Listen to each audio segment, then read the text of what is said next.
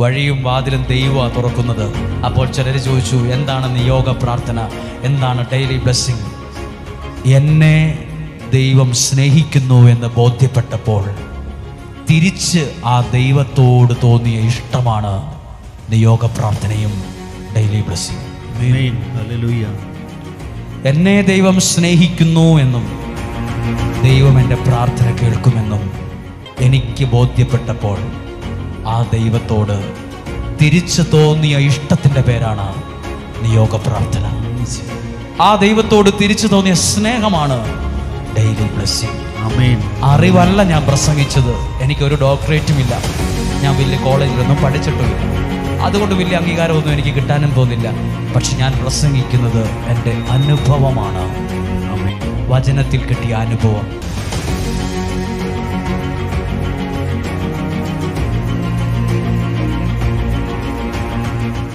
Hallelujah, hallelujah. ഏറെ സന്തോഷത്തോടും ഏറെ പ്രാർത്ഥനയോടും പ്രതീക്ഷയോടും കൂടെ ഈ ആലയത്തിലേക്ക് വന്നിട്ടുള്ള എല്ലാവരെയും സന്തോഷത്തോടെ സ്വാഗതം ചെയ്യുകയും നിങ്ങൾക്ക് വേണ്ടി പ്രാർത്ഥിക്കുകയും ചെയ്യുന്നു. നിങ്ങളിവിടെ ഇന്നലകളിൽ മുതൽ ഇവിടെ ആയിരുന്നവരുണ്ട്, ഇന്ന് രാവിലെ വന്നവരുണ്ട്. നിങ്ങൾക്കെല്ലാവർക്കും വേണ്ടി പ്രാർത്ഥിക്കുകയും ദൈവത്തിൻ്റെ വചനം ഒരു ഭക്ഷണം പോലെ വിളമ്പിത്തരുകയും ചെയ്യുന്നത് ഒരു നിയോഗത്തിലാണ്. ഞാനും നിങ്ങളും ഇപ്പോൾ ഉള്ളത് ഒരു നിയോഗത്തിലാണ്. നിങ്ങൾക്ക് വേണ്ടിയാണ് ദൈവം എന്നെ നിയോഗിച്ചത്, എനിക്ക് വേണ്ടിയല്ല. എനിക്ക് കുറേ അനുഗ്രഹം കിട്ടാൻ വേണ്ടി മാത്രമല്ല ദൈവം എന്നെ നിയോഗിച്ചത്. ഇവിടെ ഇരിക്കുന്ന ഓരോരുത്തർക്കും അനുഗ്രഹവും വിടുതലും കിട്ടാൻ ദൈവമാണ് നിയോഗിച്ച് നിർത്തിയിരിക്കുന്നത്. അപ്പോൾ അതൊരു നിയോഗമാണ്, അത് ദൈവത്തിൻ്റെ ഒരു തെരഞ്ഞെടുപ്പാണ്. Hallelujah, hallelujah. നിങ്ങളെ വളരെ സന്തോഷത്തോടെ സ്വാഗതം ചെയ്യുമ്പോൾ, നിങ്ങൾക്ക് വേണ്ടി പ്രാർത്ഥിക്കുമ്പോൾ ഒരു കാര്യം ഇങ്ങനെയാണ് പറയുന്നത്, പ്രാർത്ഥിക്കും. നിങ്ങൾ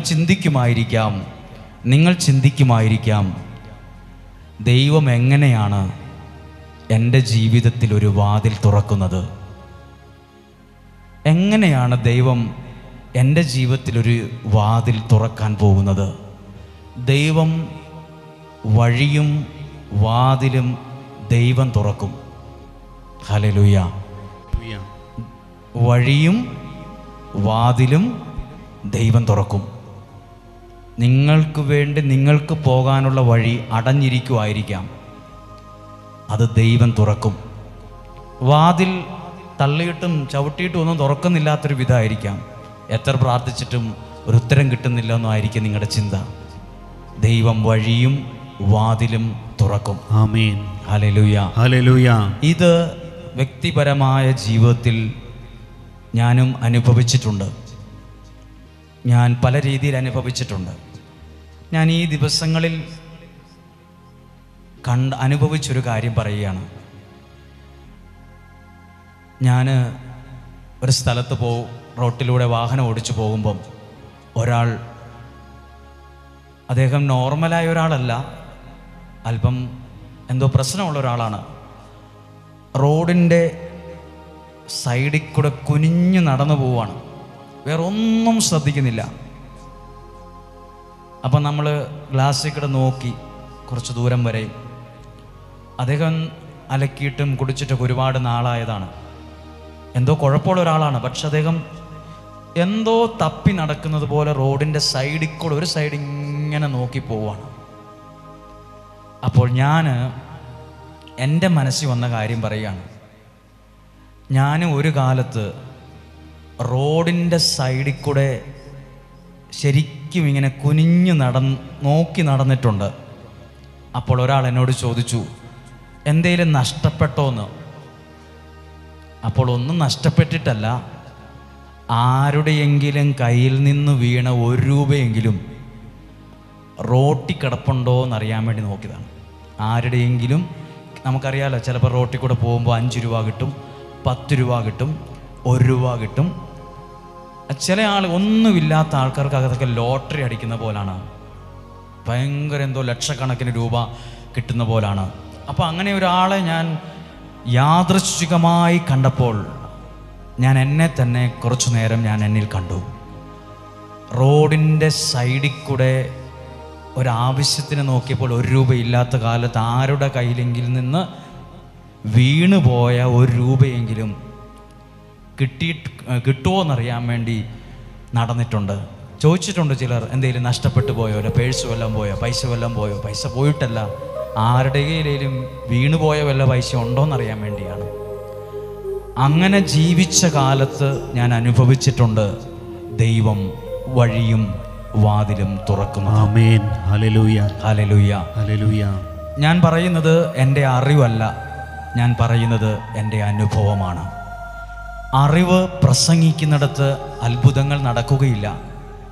പക്ഷേ ദൈവത്തിൽ നിന്ന് കിട്ടിയ, വചനത്തിൽ നിന്ന് കിട്ടിയ അനുഭവം പ്രസംഗിക്കുന്നിടത്ത് അനുഭവങ്ങളുണ്ടാകും, അത്ഭുതങ്ങൾ സംഭവിക്കും, സാക്ഷ്യങ്ങളുണ്ടാകും. Hallelujah, hallelujah. ഞാൻ ഇന്ന് നിങ്ങളോട് പ്രസംഗിക്കുന്നത് പുസ്തകം വായിച്ചപ്പോൾ കിട്ടിയ അറിവല്ല, ദൈവത്തിൽ നിന്നും വചനത്തിൽ നിന്നും കിട്ടിയ അനുഭവമാണ്. ഞാൻ കണ്ടിട്ടോ എങ്ങനെ എന്നെനിക്കറിയില്ല. നാളെ നിങ്ങൾ എങ്ങനെയാണ് എൻ്റെ ജീവിതത്തിൽ വാതിൽ തുറക്കുന്നത് എന്ന് നിങ്ങൾ ആരെങ്കിലും ചോദിച്ചാൽ ഞാൻ വാവിളിക്കും, എനിക്കറിയില്ല. പക്ഷെ എനിക്കൊരു കാര്യം അറിയാം, അറിഞ്ഞ് ദൈവത്തെയാണോ വിളിക്കുന്നത്, ആ ദൈവത്തിലാണോ നിങ്ങൾ മുറുക്ക പിടിച്ചിരിക്കുന്നത്, നിങ്ങൾക്ക് മുമ്പിൽ ഒരു വഴിയും വാതിലും ദൈവം തുറന്നിരിക്കും. ആമേൻ. Hallelujah, hallelujah. യേശുവേ നന്ദി, യേശുവേ നന്ദി. ഇപ്പോൾ നിങ്ങൾ ചിലപ്പോൾ ചിന്തിക്കുമായിരിക്കാം, എൻ്റെ മുമ്പിൽ ഒരു സ്റ്റെപ്പ് പോലും വെക്കാൻ പറ്റത്തില്ലാത്ത നിലയിലാണ് ഞാൻ. എനിക്ക് എൻ്റെ മുമ്പിൽ ഇവിടെ എത്ര പേരായിരുന്നു എന്നെ കണ്ടവർ പറഞ്ഞത് ആ വചനമാണ് എന്നെ ജീവിപ്പിച്ചതെന്ന്. എത്ര പേര് പറഞ്ഞു ആ വചനമാണ് ഞാനിന്ന് ജീവനോടെ ഇരിക്കാൻ കാരണമെന്ന്. എത്രയോ പേർ പറഞ്ഞ മടുത്തതാണ് ജീവിതം, എനിക്ക് ആവശ്യമില്ല, എനിക്ക് മരിച്ചാൽ മതിയെന്ന് ചിന്തിച്ചപ്പോഴും ഞാനിന്ന് ജീവിച്ചിരിക്കാൻ കാരണം ഈ വചനമാണ്. എഴുതി തന്ന സാക്ഷ്യങ്ങളിൽ എത്രയോ സാക്ഷ്യങ്ങളാണ്. അതൊക്കെ വായിക്കുമ്പോൾ ദൈവവചനത്തിലൂടെ ദൈവം വഴിയും വാതിലും അനേകരുടെ ജീവിതത്തിൽ തുറന്നു തന്നത് ഞാൻ അനുഭവിച്ചിട്ടുണ്ട്. വയറുവേദന പിടിച്ചിട്ടുണ്ട് എനിക്ക്. നനഞ്ഞ പാൻസ് അലക്കി ഓടനെ എടുത്തിട്ടിട്ട് പോയ കാലമുണ്ട്. പാൻസും ഷർട്ടും വേറെയില്ല. അപ്പോൾ അത് അലക്കി ഉടനെ ബലമായി പിഴിഞ്ഞ് അതിട്ടുകൊണ്ട് പോയിട്ടുണ്ട്. ശരീരത്തിൻ്റെ ചൂട് കൊണ്ടുണങ്ങും. അന്നും ഞാൻ കണ്ടിട്ടുണ്ട് വഴിയും വാതിലും ദൈവം തുറക്കുന്നത്. വഴിയും വാതിലും എനിക്ക് മാത്രമല്ല, ഈ വചനം ശ്രദ്ധയോടെ കേൾക്കുന്ന എല്ലാവർക്കും വഴിയും വാതിലും ദൈവം തുറക്കും. ഒരു നിമിഷം നിങ്ങൾ വിശ്വസിക്കുന്നെങ്കിൽ ഒന്ന് കണ്ണുകളടയ്ക്ക്. ഞാനിപ്പോൾ പറഞ്ഞത് അറിവല്ല, അനുഭവമാണ്. ഞാൻ പ്രസംഗിച്ചത് തൊണ്ണയിൽ നിന്നല്ല, ഹൃദയത്തിൽ നിന്നാണ്. ആമേൻ. ദൈവം വഴിയും വാതിലും, 2 വാക്ക് മറന്നേക്കല്ല, വഴിയും വാതിലും നമ്മൾ ഉന്തിത്തള്ളി തുറക്കണ്ട. സർവശക്തനായ ദൈവം നിനക്ക് മുന്നോട്ട് പോകാനുള്ള വഴിയും നിനക്ക് കയറി ചെല്ലേണ്ട സ്ഥലത്തെ വാതിലും നിനക്ക് മുമ്പേ തുറന്നു തരും. ഞങ്ങൾ വിശ്വസിക്കുന്നു. പ്രിയപ്പെട്ടവരെ, ബൈബിൾ പറയുകയാണ്, കള്ളൻ വരുന്നത് മോഷ്ടിക്കാനും നശിപ്പിക്കാനും കൊല്ലാനുമാണെന്ന്. എന്ത് നശിപ്പിക്കാൻ, എന്ത് കൊല്ലാൻ, എന്തിനെ കൊല്ലാൻ? നിനക്കുള്ള നന്മ നശിപ്പിക്കാൻ. നീ ഒരു ഭാഗ്യമുള്ള ആളാണ്, ആ ഭാഗ്യത്തെ ഇല്ലാതാക്കാൻ. നിനക്ക് ദൈവാനുഗ്രഹമുള്ള ആളാണ്, ആ അനുഗ്രഹത്തെ ഇല്ലാതാക്കാനാണ് കള്ളം വരുന്നത്. എന്തിനാ നീ പ്രാർത്ഥിക്കുന്നതെന്ന് ചോദിച്ചാൽ, എന്തിനാ ഞാൻ ദൈവത്തെ വിളിക്കുന്നതെന്ന് ചോദിച്ചാൽ, നിന്റെ ഭാഗ്യം നഷ്ടപ്പെട്ടു പോകാതിരിക്കാൻ. ആമേൻ. ചിലരൊക്കെ നമ്മളെ നോക്കിയിട്ട് പറഞ്ഞിട്ടുണ്ടോ, നീ ഒരു ഭാഗ്യവാനാണ്, യു ആർ ബ്ലെസ്സഡ്, നിങ്ങൾ അനുഗ്രഹമുള്ള ആളാണ്. പക്ഷെ എപ്പോഴും ശ്രദ്ധിക്കണം, ആ ഭാഗ്യം, ആ തിളക്കം നഷ്ടപ്പെട്ടു പോകാതിരിക്കാൻ. എന്തിനാ പ്രാർത്ഥിക്കുന്നത്? നീ ഒരു അനുഗ്രഹമാകാൻ. ഒരു കള്ളനും ഒരു പിശാചിനും ഒരു അന്ധകാര ശക്തിക്കും നിന്റെ ഭാഗ്യത്തെ കെടുത്തിക്കളയാൻ പറ്റാത്ത വിധത്തിൽ ഒരു സംരക്ഷണത്തെ ആമേൻ ഉറപ്പിക്കുന്നതും കൂടിയാണ് ഓരോ പ്രാർത്ഥനയും. ആമേൻ. ഹല്ലേലൂയ. എന്നാൽ യേശു പറഞ്ഞു, ഞാൻ വന്നിരിക്കുന്നത് കൊല്ലാനും കവർച്ച ചെയ്യാനും നശിപ്പിക്കാനും അല്ല. അവനെന്നാ പറഞ്ഞത്? ഞാൻ വന്നത് ജീവനുണ്ടാകാനും ആ ജീവൻ നിങ്ങളിൽ സമൃദ്ധമായി ഉണ്ടാകാനുമാണ്. വഴിയും വാതിലും ദൈവം തുറക്കുന്നത്. ഇത് എന്നെ കേൾക്കുന്നത് ഓൺലൈനിലൂടെ ആയിരിക്കും, ഏതോ ഒരു സമയത്തായിരിക്കും ഇത് ശ്രദ്ധിക്കുന്നത്. ഇപ്പോൾ ഇവിടെ ഇരുന്നു കൊണ്ടായിരിക്കും ശ്രദ്ധിക്കുന്നത്. ലോകത്തിൻ്റെ വിവിധ രാജ്യങ്ങളിലോ കുടുംബങ്ങളിലോ സഞ്ചരിക്കുന്ന വാഹനങ്ങളിലോ ഇരുന്നാണ് ഇത് ശ്രദ്ധിക്കുന്നതെങ്കിൽ, നിങ്ങൾ ഇപ്പോൾ അനുഭവിക്കുന്ന ബന്ധനത്തിൽ നിന്ന്, ആ ശാപത്തിൽ നിന്ന്, ആ പ്രതിസന്ധിയിൽ നിന്ന് പുറത്ത് കൊണ്ടുവന്ന് ഒരു വാതിലും വഴിയും തുറന്നു വച്ചിട്ടുണ്ട് ദൈവം. അതിലൂടെ നിന്നെ രക്ഷയിലേക്ക് നയിക്കാൻ ദൈവം നിന്റെ കരം പിടിക്കുന്ന സമയമാണിത്. വഴിയും വാതിലും ദൈവം തുറക്കും. യേശു പറഞ്ഞു, ഞാനാണ് വഴിയും സത്യവും ജീവനും, ഞാനാണ് വാതിൽ. ഇതെല്ലാം യേശു പറഞ്ഞു. നിങ്ങളുടെ വഴിയും വാതിലും അടഞ്ഞിരിക്കുകയാണെങ്കിൽ, ശുശ്രൂഷയുടേതായിരിക്കാം, സാമ്പത്തികത്തിന്റെ ആയിരിക്കാം, കുടുംബാന്തരീക്ഷത്തിന്റെ ആയിരിക്കാം, എനിക്ക് പ്രതീക്ഷിക്കാൻ ഒന്നുമില്ല, ഇനി പോകുന്നിടത്തോളം ഒക്കെ പോട്ടെ എന്നൊക്കെ ചിന്തിക്കുന്നവരും ഇതിനകത്ത് കാണും. വഴിയും വാതിലും ദൈവം തുറക്കും. വിശ്വസിച്ചൊന്ന് കരങ്ങളെ ഉയർത്തി ഒന്ന് പ്രാർത്ഥിക്കാമോ?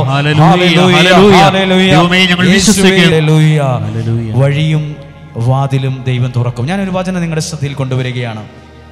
പുറപ്പാട് പുസ്തകം 14-ാമത്തെ അധ്യായം 1-2 വാക്യങ്ങൾ. പുറപ്പാട് പുസ്തകം നിങ്ങൾക്ക് നോട്ട് ചെയ്യണമെങ്കിൽ നോട്ട് ചെയ്യാം. പുറപ്പാട് 14-ാം അധ്യായം 1-2 വാക്യങ്ങൾ ഒന്ന് വായിക്കുകയാണ്. കർത്താവ് മോശയോട് അരുൾ ചെയ്തു. അന്ന് എല്ലാവരും പുറകിലുള്ളവരും മുമ്പിലുള്ളവരും ഇടവശത്തുള്ളവരെല്ലാം ശ്രദ്ധിക്കുക. കർത്താവായ ദൈവം മോശയോട് അരുൾ ചെയ്തു പറഞ്ഞു.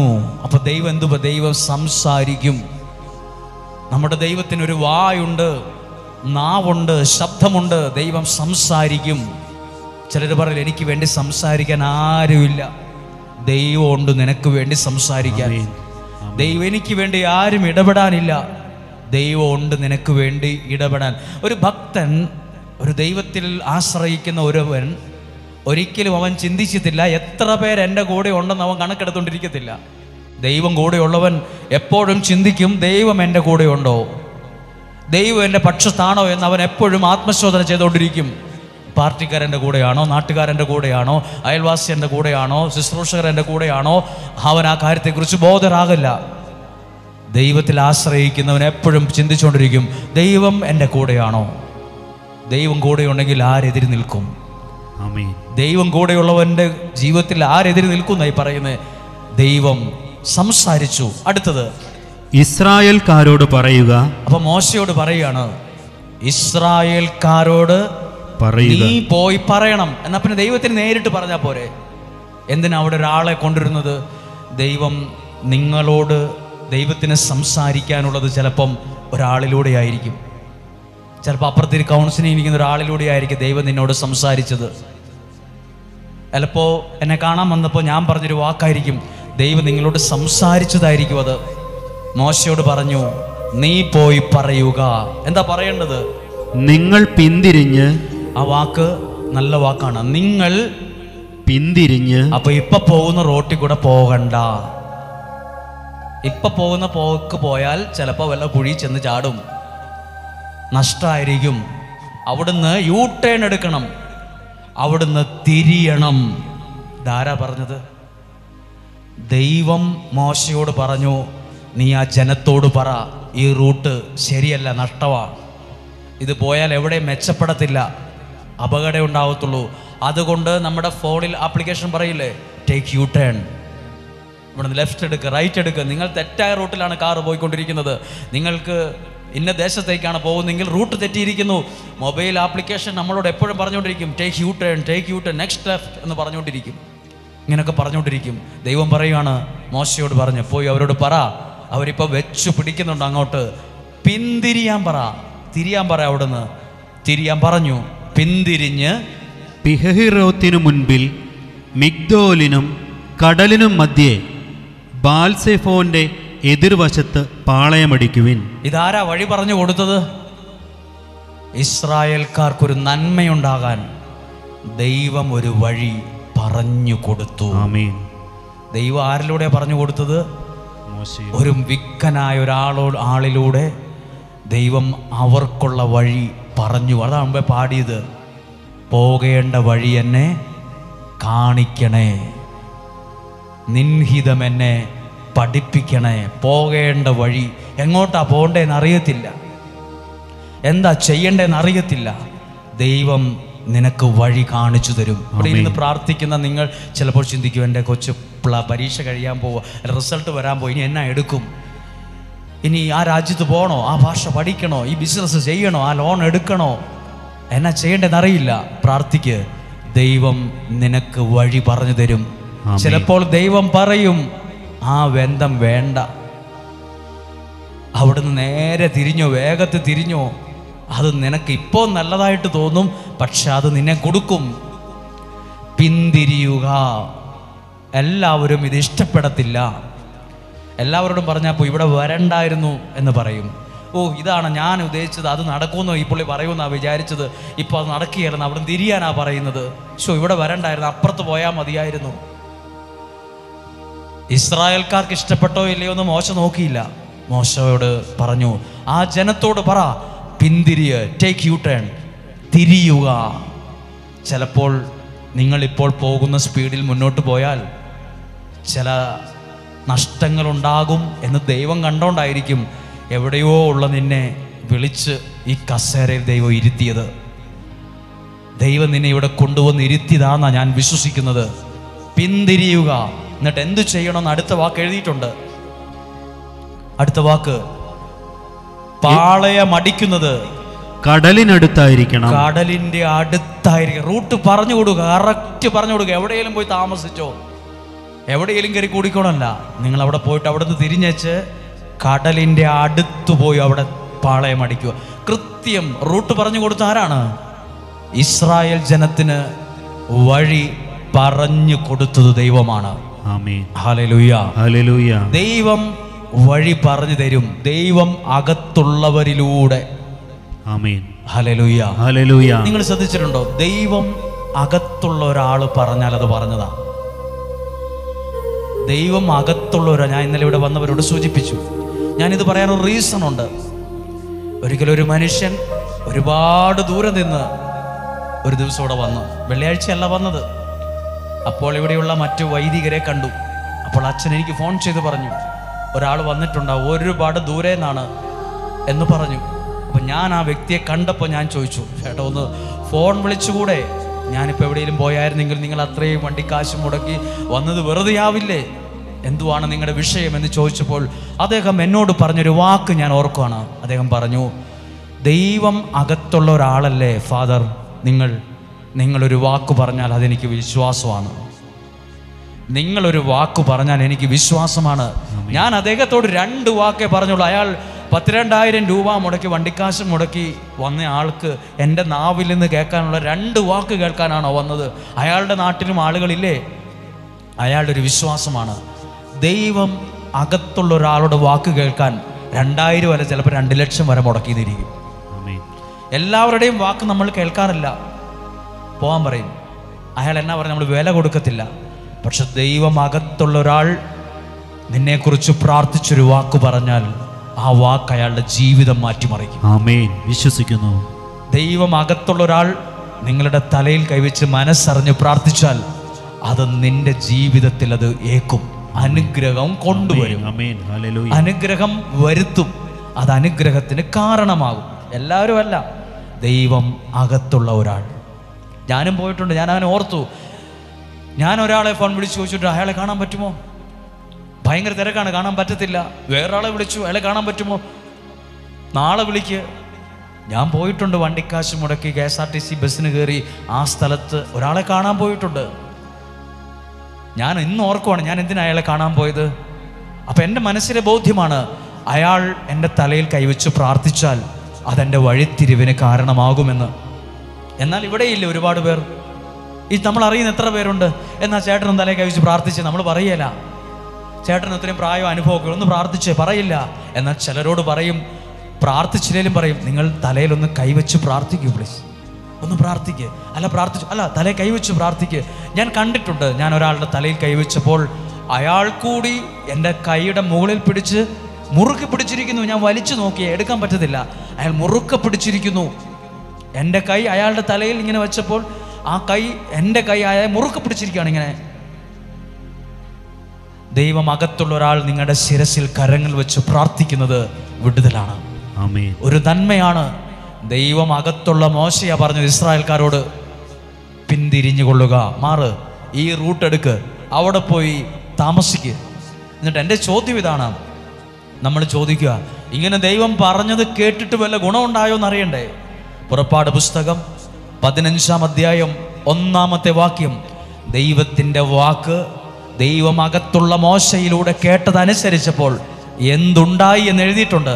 15-ാം അധ്യായം 1-ാമത്തെ വാക്യം, മോശയും ഇസ്രായേൽക്കാരും കർത്താവിനെ സ്തുതിച്ചുകൊണ്ട് ഈ ഗാനം ആലപിച്ചു. അപ്പോൾ എന്തിനാ സ്തുതിച്ച് വലിയ പാട്ടൊക്കെ പാടിയത്?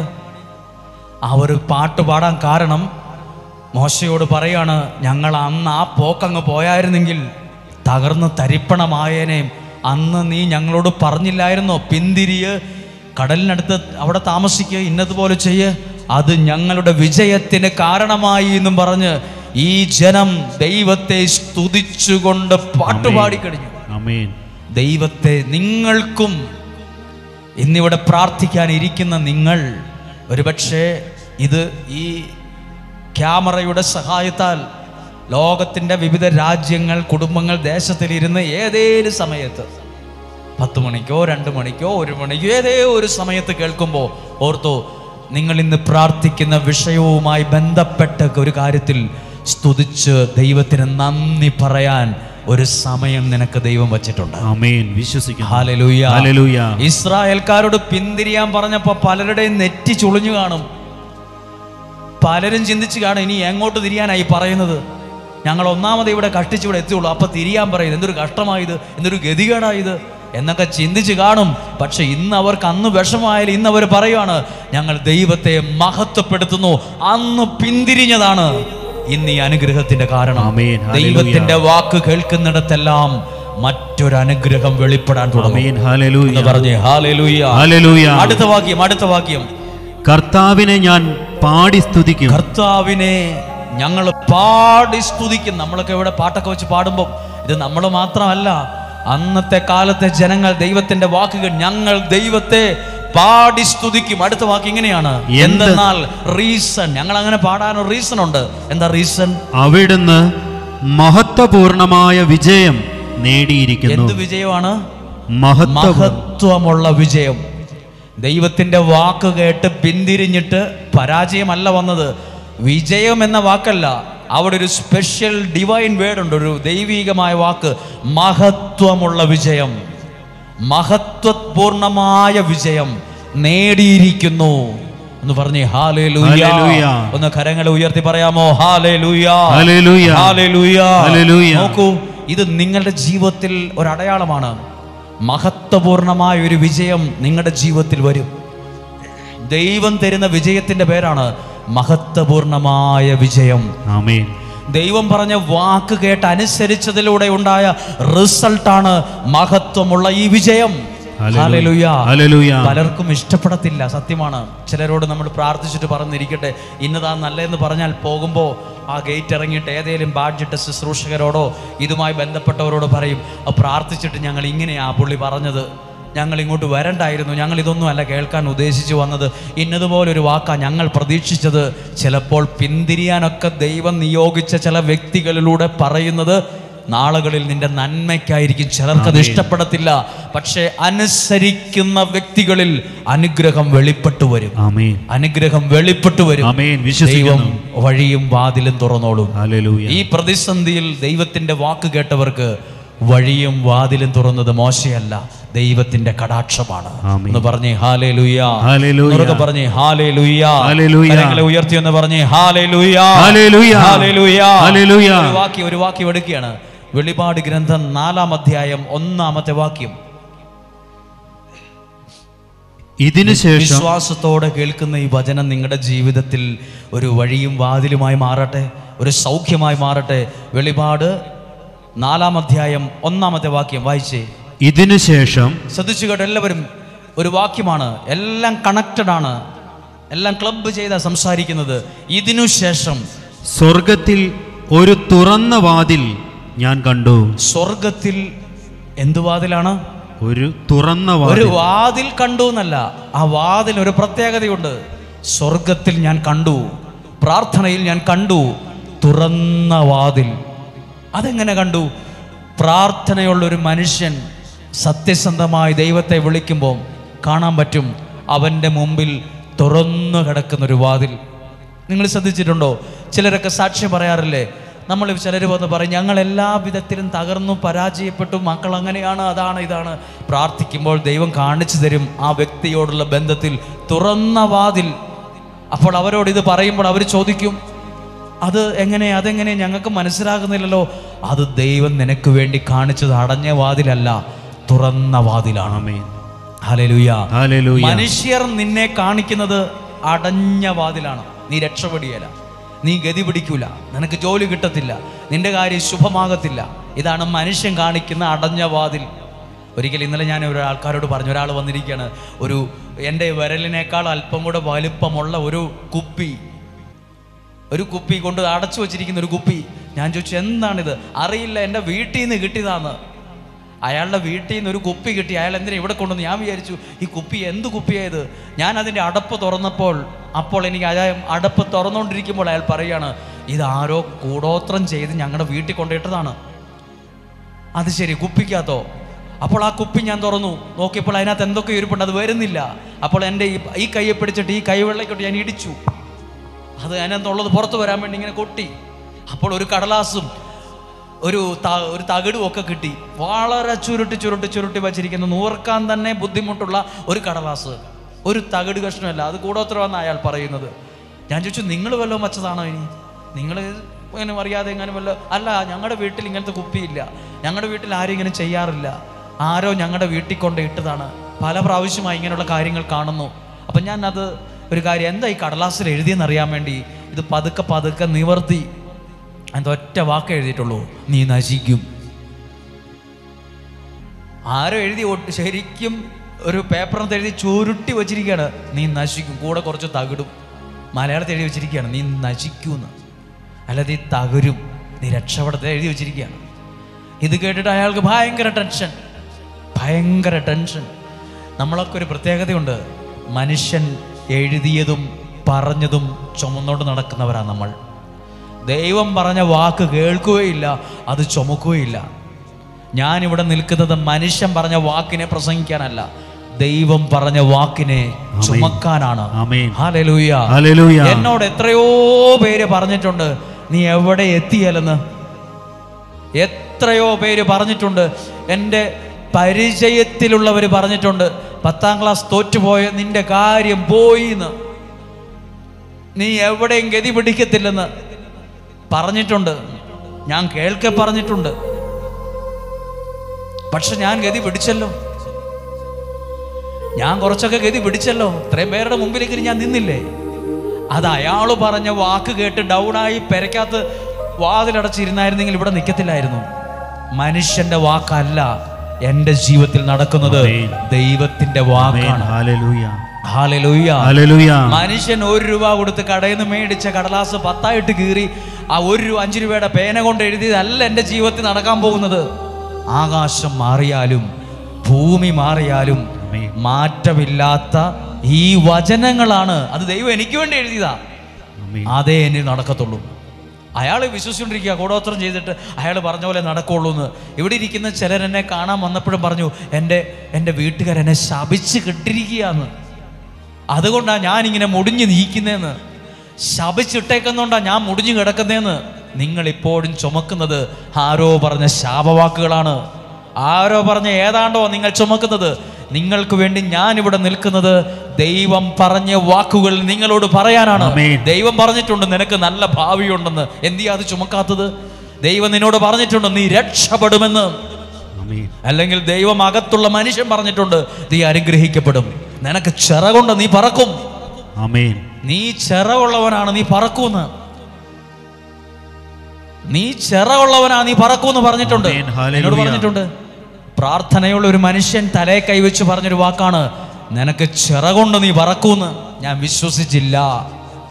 ഞാൻ ഒരിക്കലും 10ാം ക്ലാസ് തോറ്റുപോയ, അല്ലെങ്കിൽ എഴുതാനും വായിക്കാനും വരെ എഴുതുമ്പോഴും വായിക്കുമ്പോഴും തെറ്റുവരുന്ന ഒരു കഴിവും പ്രത്യേകിച്ച് എടുത്തു പറയാനില്ലാത്ത ഞാൻ എവിടെ പറക്കുമെന്നാണ് ഈ മനുഷ്യൻ പറയണത്. പക്ഷെ ദൈവ മനുഷ്യൻ പറഞ്ഞത് ശരിയായി. ദൈവം അകത്തുള്ളൊരു മനുഷ്യൻ നിന്നെ നോക്കി പറഞ്ഞിട്ടുണ്ടോ നീ രക്ഷപ്പെടുമെന്ന്, അത് ദൈവമാ അയാളെ കൊണ്ട് നിന്നോട് പറയിപ്പിച്ചത്. ഹല്ലേലൂയ. ദൈവം. ഇപ്പൊ നിങ്ങളിരിക്കുന്ന ഈ സ്ഥലം ഇത് പൂട്ടിപ്പോയെന്ന് പറഞ്ഞവരുണ്ട്, ഇവിടെ ആരും വരികയില്ലെന്ന് പറഞ്ഞവരുണ്ട്. പക്ഷെ അവരൊന്നും പറഞ്ഞതല്ല ഞാൻ വിശ്വസിച്ചത്. ഞാൻ വിശ്വസിച്ചത് ദൈവത്തിൻ്റെ പദ്ധതിയിലാണ്. ആമേൻ. വഴിയും വാതിലും തുറന്നു വരുന്നത് ഞാൻ കണ്ടിട്ടുണ്ട്. ആമേൻ. ഇവിടെ കണ്ടിട്ടുണ്ട്. ഇവിടെ ഈ പറയുന്ന ഒന്നും ഒരു സമയത്തില്ലായിരുന്നു. എല്ലാ വാതിലും അടഞ്ഞതാണ്. നിങ്ങൾ എവിടെയൊക്കെയോ ഉള്ള ആളുകൾ ഇന്ന് ഈ ഹാള് നിറച്ചിരിക്കുകയാണ്. താഴെ ഒരുപാട് പേരുണ്ട്. വഴിയും വാതിലും ദൈവം തുറന്നുകൊണ്ടല്ലേ ഇടുക്കിയിൽ നിന്നും എറണാകുളത്തു നിന്നും തൃശ്ശൂരിൽ നിന്നും ഒക്കെ ഇവിടെ നിങ്ങൾ വന്നത്. നിങ്ങൾക്കറിയാം, ഇവിടെ നിന്ന് പറയുന്ന വാക്കുകൾ വിശ്വസിച്ചാൽ, ആ വചനങ്ങൾ ഏറ്റെടുത്താൽ ജീവിതത്തിൽ വഴിയും വാതിലും ദൈവം തുറക്കുന്നു. എന്താ ഈ പുസ്തകത്തിൽ എഴുതിയിരിക്കുന്നത് അറിയാമോ? സ്വർഗത്തിലേക്ക് ഞാൻ നോക്കി, വാതിൽ അടച്ച് പൂട്ടിയിരിക്കുന്ന ഒരു താക്കോലിട്ട് പൂട്ടിയിട്ടിരിക്കുന്ന ഒരു പൂട്ടും ഒരു വാതിൽ ഞാൻ കണ്ടു എന്നല്ല. ഏത് വാതിലാ കണ്ടത്? ഒരു തുറന്ന വാതിൽ. നമ്മളെ ലോകം കാണിച്ചത് അടഞ്ഞ വാതിലാണ്. കുടുംബക്കാർ പറഞ്ഞത് അടഞ്ഞു പോയി എന്നാ പറഞ്ഞത്. പക്ഷെ ദൈവം നിന്നെ കാണിക്കുന്നത് തുറന്ന വാതിലാണ്. അതിൻ്റെ അർത്ഥം നിനക്കൊരു നല്ല ഭാവിയുണ്ട്, കുറെ പോകാനുണ്ട്, നിനക്ക് ഒരുപാട് ദൂരങ്ങളിൽ എത്താനുണ്ട് നിനക്കെന്ന് ദൈവം നിന്നോട് സംസാരിക്കുന്നു. അടുത്ത വാക്യം, കാഹളധ്വനി പോലെ ഞാൻ ആദ്യം കേട്ട സ്വരം എന്നോട് പറഞ്ഞു. ആരോട് പറഞ്ഞു? എന്നോട് പറഞ്ഞു. വായിക്കുക, ഇങ്ങോട്ട് കയറി വരൂ. നീ ഇങ്ങോട്ട് കയറി വാ. തുറന്നൊരു വാതിൽ കാണിച്ചിട്ട് ദൈവം പറയാണ് ഇങ്ങോട്ട് കയറി വാ. ഇത് എന്നോട് മാത്രമല്ല, ഇവിടെ ഇരിക്കുന്ന നിങ്ങൾ പറയുന്ന എൻ്റെ കുടുംബ ജീവിതത്തിൻ്റെ എല്ലാ കാര്യങ്ങളും ഒന്നും ശരിയാകാൻ പോകുന്നില്ല, വാതിലൊക്കെ അടഞ്ഞതാ. ദൈവം പറയാണ് അടഞ്ഞു എന്ന് പറയാൻ വരട്ടെ, നീ ഇങ്ങോട്ട് കയറി വാ. ദൈവം വിളിച്ച് കൊണ്ടോ ഇരുത്തിയിരിക്കുന്നവരാ നിങ്ങൾ. ദൈവം ഒരു വാതിൽ തുറന്ന്, ഇനി ഒരു അടുത്ത വാക്യം ഒന്ന് വായിച്ച വേഗത്തിൽ, ഇനിയും സംഭവിക്കേണ്ടവ നിനക്ക് ഞാൻ കാണിച്ചു തരാം. ഇനി ഒരു കാര്യം കേൾക്കണം, എല്ലാവരും ശ്രദ്ധിച്ച്. ദൈവം ഒരു വാതിൽ തുറന്നാൽ എങ്ങനത്തെ വാതിലാ തുറക്കുക? അത് എഴുതിയിട്ടുണ്ട്. 1 കൊരിന്ത്യർക്ക് എഴുതിയ ലേഖനം 16-ാം അധ്യായം 9-ാമത്തെ വാക്യം ഒന്ന് നോക്കൂ. ദൈവം തുറന്ന ഒരു വാതിലുണ്ടെങ്കിൽ ആ വാതിലിന് ഒരു പ്രത്യേകതയുണ്ട്. ഒന്ന് ശ്രദ്ധിച്ചു കേട്ടെ. 1 കൊരിന്ത്യർ 16-ാം അധ്യായം 9-ാമത്തെ വാക്യം വായിക്കേ. ഫലപ്രദമായി പ്രവർത്തിക്കാനുള്ള ഒരു വലിയ വാതിൽ. അവിടെ വന്നിക്കട്ടെ, എങ്ങനത്തെ വാതിലാ ദൈവം തുറന്നത്? ഫലപ്രദമായി.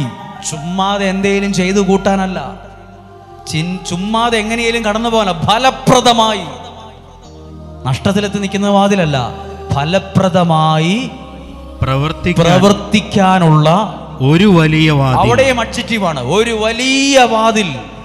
വായിക്ക്, എനിക്ക് തുറന്നു കിട്ടിയിട്ടുണ്ട്. ആരാ ഇത് പറഞ്ഞത്? പൗലോസ്ലീഹ പറയാണ്, എനിക്ക് മുന്നോട്ട് പോകാനുള്ള ഒരു വലിയ വാതിൽ ദൈവം എനിക്ക് തുറന്നു തന്നിട്ടുണ്ട്. ഇത് പറയാൻ ദൈവം നിങ്ങൾക്കൊരു സമയം ഒരുക്കട്ടെ. ആമേൻ. ഇത് പറയാൻ ദൈവം ഒരു വാതിൽ തുറക്കട്ടെ. ഇത് പറയാൻ ഒരു സമയം നിങ്ങൾക്കുണ്ടാകട്ടെ. ഇതൊരു സാക്ഷ്യമായി അൾത്താരയിൽ ഉയരാൻ ഇടവരട്ടെ. ഇതൊരു സാക്ഷ്യമായി നിങ്ങൾ ജീവിക്കുന്ന ഇടങ്ങളിൽ 10 പേരോട് പറയാൻ ഇടവരട്ടെ, ദൈവം എനിക്കൊരു വാതിൽ തുറന്നിട്ടുണ്ടെന്ന്. ഇത് ഏതെല്ലാം ബന്ധപ്പെട്ട വിഷയത്തിൽ പ്രാർത്ഥിക്കാൻ പറയാം. നിങ്ങളുടെ വിദ്യാഭ്യാസവുമായി ബന്ധപ്പെട്ട വിഷയത്തിൽ ഫലപ്രദമായി പ്രവർത്തിക്കാനുള്ള വലിയ വാതിൽ ദൈവം തുറന്നു. നിങ്ങളൊരു പുറം രാജ്യത്തേക്ക് പോകാൻ ആഗ്രഹിച്ച് സ്വപ്നം കാണുന്നു, അങ്ങോട്ട് പോകാനുള്ള വാതിൽ ദൈവം നിനക്ക് അതിനോടുള്ള ബന്ധത്തിൽ തുറന്നു തരട്ടെ. സാമ്പത്തികവുമായി ബന്ധപ്പെട്ട വിഷയത്തിൽ ഒരു വാതിൽ തുറന്നു തരട്ടെ. ആരോഗ്യവുമായി ബന്ധപ്പെട്ട വിഷയത്തിൽ ദൈവം നിനക്ക് മുന്നോട്ട് പോകാനുള്ള വാതിൽ തുറന്നു തരട്ടെ. ദൈവം നിനക്ക് വാതിൽ തുറന്നു തരും. ചുമ്മാതെ ഒരു വാതിലല്ല, എവിടെയെങ്കിലും എത്തിക്കുന്ന വാതിലല്ല, ഫലപ്രദമായി പ്രവർത്തിക്കാനുള്ള വാതിൽ. അതിനാ ദൈവം എന്നെ അവിടുന്ന് വിളിച്ച് ഈ കസേരയെ കൊണ്ട് ഇരുത്തിയത്. ഞാനത് വിശ്വസിക്കുന്നു. അതിനുവേണ്ടിയാ ഇന്ന് ഈ വചനം നിങ്ങളോട് പ്രസംഗിച്ചതും. ദൈവത്തിനൊരു പദ്ധതിയുണ്ട്, ദൈവത്തിനൊരു നിയോഗമുണ്ട്. ആ നിയോഗത്തിന്റെ ചിറകടിയിലാണ് ഞാൻ നിങ്ങൾ നിൽക്കുന്നത്. ദൈവം നമ്മളെ സഹായിക്കട്ടെ. ഇരിക്കാം. ഇന്ന് നമ്മൾ കേട്ട വചനം നിസ്സാരമല്ല. അത് വളരെ വളരെ ചിന്തിക്കുന്നത് പോലെ ചിന്തിച്ചാൽ, അറിയേണ്ടതുപോലെ അറിഞ്ഞാൽ അത് ഭയങ്കര റിസൾട്ട് ഉണ്ടാക്കുന്ന വചനമാണ്. ദൈവം നിങ്ങൾക്ക് വേണ്ടി ഒരു വഴിയും ഒരു വാതിലും തുറക്കും. ഇങ്ങനെ ഒരാൾക്ക് വേണ്ടി തുറന്നിട്ടുണ്ട്. അത് ഞാൻ ഇന്നലെ സൂചിപ്പിച്ചിരുന്നു. അത് ഒരാൾക്ക് വേണ്ടിയാണ്. അത് ബൈബിളിൽ എസ്തേറിൻ്റെ പുസ്തകമാണ്. എസ്തേറിൻ്റെ പുസ്തകത്തിൽ ദൈവം ഒരാൾക്ക് വേണ്ടി വഴിയും വാതിലും തുറന്നത് വ്യക്തമായി എഴുതിയിരിക്കുകയാണ്. ഒന്ന് വായിക്കുകയാണ്. എസ്തേറിൻ്റെ പുസ്തകം 2-ാം അധ്യായം. ഇത് വായിക്കുമ്പോൾ ശ്രദ്ധിക്കണം. എസ്തേർ വലിയ വീട്ടിൽ ജനിച്ച ഒരാളല്ല. അപ്പനും അമ്മയും ഇല്ലാത്തൊരു കൊച്ചാണ്. ആള് ദൈവകൃപയുള്ള ഒരാളാണ്. ദൈവത്തിൻ്റെ കരം ആ വ്യക്തിയുടെ കൂടെ ഉണ്ടായിരുന്നു. എല്ലാവരും എന്നെ ഒന്ന് ശ്രദ്ധിക്കുമോ? ഇവിടെ ഇരിപ്പുണ്ട് എസ്തേറിനെ പോലുള്ളവർ, അല്ലെങ്കിൽ അതേപോലെ സമാനമായ സങ്കടമുള്ളവർ. എസ്തേർ ആരായിരുന്നു എന്ന് അറിഞ്ഞിട്ട് ആ വാക്യം വായിക്കാം. അത് വായിക്കുന്നത് എസ്തേറിന്റെ പുസ്തകം 2-ാം അധ്യായം 7-ാമത്തെ വാക്യം. അവൻ തൻ്റെ പിതൃസഹോദരന്റെ മകളായ ഹദാസയെ എസ്തേറിനെ വളർത്തിയിരുന്നു. അവൾക്ക് അപ്പനും അമ്മയും ഇല്ലായിരുന്നു. എസ്തേർ ആരാണ്? അപ്പനും അമ്മയും പോലും ഇല്ല. അപ്പനും അമ്മയില്ല. എന്നെ ഇന്ന് കണ്ട ചിലർക്ക് ഈ സമാനമായ അനുഭവമുണ്ട്. അപ്പനും അമ്മയില്ല. നമ്മളാണ് അങ്ങനെയുള്ളവർക്ക് എന്തേലും അവഗണനയായിരിക്കും എന്നറിയാമോ? അങ്ങനെയുള്ളവരെ ഒന്നും നല്ല ഡ്രസ്സൊന്നും ഉണ്ടാകത്തില്ല, നല്ല ഭക്ഷണം കഴിക്കാൻ പറ്റിയെന്ന് വരില്ല, നല്ലതുപോലെ ഉറങ്ങാൻ പറ്റിയെന്ന് വരില്ല. എല്ലായിടത്തും അവഗണനയും ആട്ടും തുപ്പും ചീത്തവിളിയും ഒക്കെ ആയിരിക്കും. എസ്തേർ അങ്ങനെയുള്ള ഒരാളാണ്. അപ്പനും അമ്മയും ഇല്ലാത്തതുകൊണ്ട് ഒരാൾ ആ വ്യക്തിയെ, എസ്തേറിനെ സ്വന്തം മകളായി സ്വീകരിച്ചു. അങ്ങനെ സ്വീകരിച്ച ആളുടെ പേര് താഴെ എഴുതിയിട്ടുണ്ട്. അവളെ മൊർദെഖായി സ്വന്തം മകളായി സ്വീകരിച്ചു. ഇവൾക്ക് ആരൊക്കെ ഇല്ല? അപ്പനുമില്ല, അമ്മയില്ല, ഒന്നുമില്ലാത്ത ഒരാളാണ്.